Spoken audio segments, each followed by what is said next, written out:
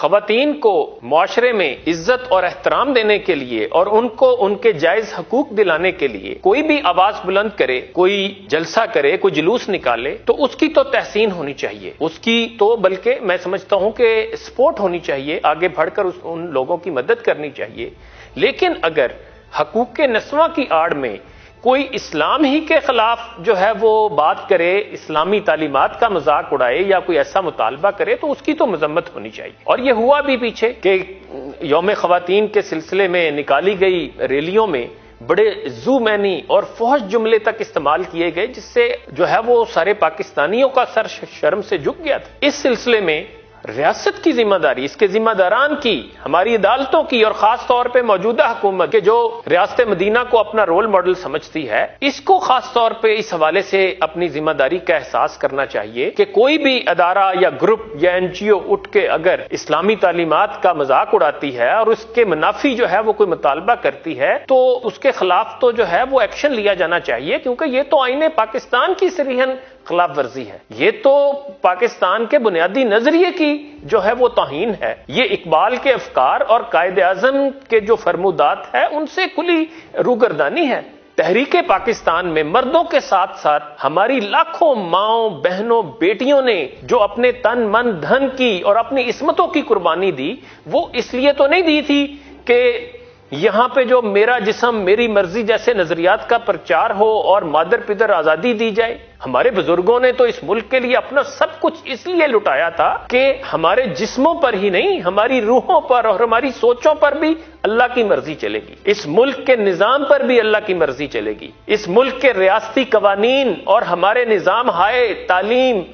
معاشرت اور معیشت پر بھی اللہ کی مرضی چلے گی، اس ملک کے ایوان صدر، ایوان وزیر اعظم، پارلیمنٹ، GHQ اور سپریم کورٹ میں بھی اللہ کی مرضی چلے گی، اس ملک کے اداروں اور تھانوں اور بازاروں میں بھی اللہ کی مرضی چلے گی، ہمارے گھروں کے اندر بھی اللہ کی مرضی چلے گی، ہمارے گھروں سے باہر بھی اللہ کی مرضی چلے گی۔ دنیا میں عورت کو سب سے زیادہ عزت اور احترام کس نے دیا؟ ماں کے قدموں تلے جنت قرار دے کر اسلام نے تو اسے مردوں سے بھی اعلیٰ رتبہ عطا نہیں کر دیا۔ اور ماضی میں تو عورتوں کا یہ حال تھا کہ یونان میں عورت کو جانور سمجھا جاتا تھا اور اسے چابک سے کنٹرول کیا جاتا تھا۔ اسپارٹا میں لاولد خواتین کو صرف اس لیے قتل کر دیا جاتا تھا کہ وہ یونانی سپاہیوں کی جنسی خواہشات کو پورا نہیں کر سکتی تھیں۔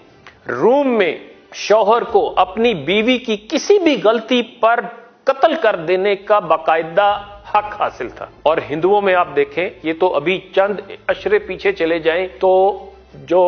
مرد فوت ہو جاتے ان کے ساتھ ہی، ان کی چتا کے ساتھ ہی اس کی بیوی کو زندہ جلا دیا جاتا۔ یہودیوں کی تحریف کردہ تورات میں عورت کو موت سے زیادہ تلخ قرار دیا گیا تھا۔ مسیحی خود ساختہ قانون میں عورت کو شیطان کے آنے کا دروازہ قرار دیا گیا تھا۔ اور یونانیوں، مصریوں اور ہندوؤں میں اگر عورت دیوی بنی بھی تو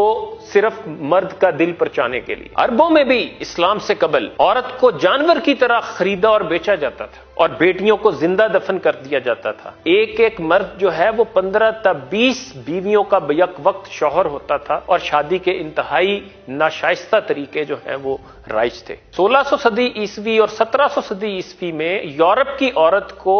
تعلیم میں ڈگری کے حصول کے لیے اپنے حق کو منوانا پڑا، اور دوسری طرف کئی سو سال پہلے ام المومنین حضرت عائشہ صدیقہ رضی اللہ تعالیٰ عنہا صحابہ کرام کو قرآن و سنت کی تعلیم دیا کرتی تھی، اور ان کے بعد کے ادوار میں بھی خواتین علماء مدینہ، عراق، کوفہ، بصرہ اور دیگر کئی علاقوں میں ہزاروں افراد کو قرآن و سنت کی تعلیم دے رہی تھی، اور علماء نے باقاعدہ ان کی تعلیمی خدمات کا اعتراف کیا ہے۔ 18ویں صدی تک یورپ عورت کے وراثتی حق سے ناشنا تھا، اور اس سے کئی سو سال پہلے اسلام عورت کو بحیثیت بیٹی، بیوی، ماں، بہن وراثت کا حق دے چکا تھا۔ 7ویں صدی عیسوی میں اسلام نے عورت کو وہ تمام معاشرتی حقوق دیے جس کے لیے 18ویں صدی میں عورت کو انتہائی جدوجہد کرنا پڑی۔ آج 21ویں صدی میں گرل چائلڈ کو، بچیوں کے حقوق کو پہلے Beijing plate form for action, پھر ملینیم ڈیولپمنٹ گولز اور اس کے بعد SDGs سسٹینیبل ڈیولپمنٹ گولز میں تسلیم کیا گیا، اور آپ اندازہ کریں کہ کہ 1400 سال پہلے نبی مہربان صلی اللہ علیہ وآلہ وسلم نے فرمایا کہ جس شخص کی ایک لڑکی ہو اور وہ اسے زندہ درگور نہ کرے اور اس کے ساتھ توہین امیز سلوک نہ کرے اور اپنے لڑکے کو اس پر ترجیح نہ دے تو اللہ اسے ضرور جنت میں داخل کرے گا۔ اور فرمایا کہ جس شخص کے 3 لڑکیاں ہوں اور وہ ان کو علم و ادب سکھائے اور ان کی پرورش کرے اور ان پر مہربانی کرے تو اس پر ضرور جنت واجب ہوگی۔ اور عورت کی یہ تکریم سکھائی، حدیث کے الفاظ ہیں، بخاری کی حدیث کے الفاظ ہیں کہ ساربان سے یہ کہا جا رہا ہے کہ اونٹ آہستہ چلاؤ کہ یہ نازک آبگینے ہیں۔ اور ایک حدیث کا مفہوم یہ ہے کہ دنیا ساری کی ساری متاع ہے اور اس کی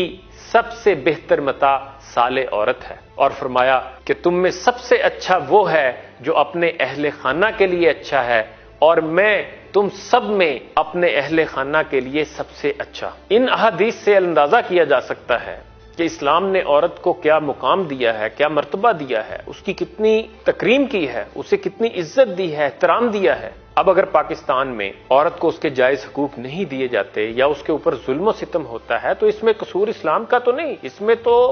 ہمارا قصور ہے کہ ہم اسلام کے اوپر عمل نہ کر سکے یا عمل نہ کروا سکے۔ اور یہاں قرآن کے ساتھ شادی کی جاتی ہے، ونی اور قاری جیسی رسمیں ہیں، تو ان کے اوپر ریاست کو اپنی ذمہ داری دکھانی چاہیے اور ایسی ظالمانہ رسموں کو ختم کرنا چاہیے، ان کے اوپر پابندی لگانی چاہیے۔ اللہ تعالیٰ سے دعا ہے کہ اللہ تعالیٰ ہماری ماؤں اور بہنوں اور بیٹیوں کو امہات المومنین اور حضرت زینب اور حضرت فاطمہ الزہرا کو اپنا رول ماڈل بنانے کی توفیق عطا فرمائے۔ اپنا خیال رکھیے گا، اگلے پروگرام میں پھر بات ہوگی۔ اللہ حافظ۔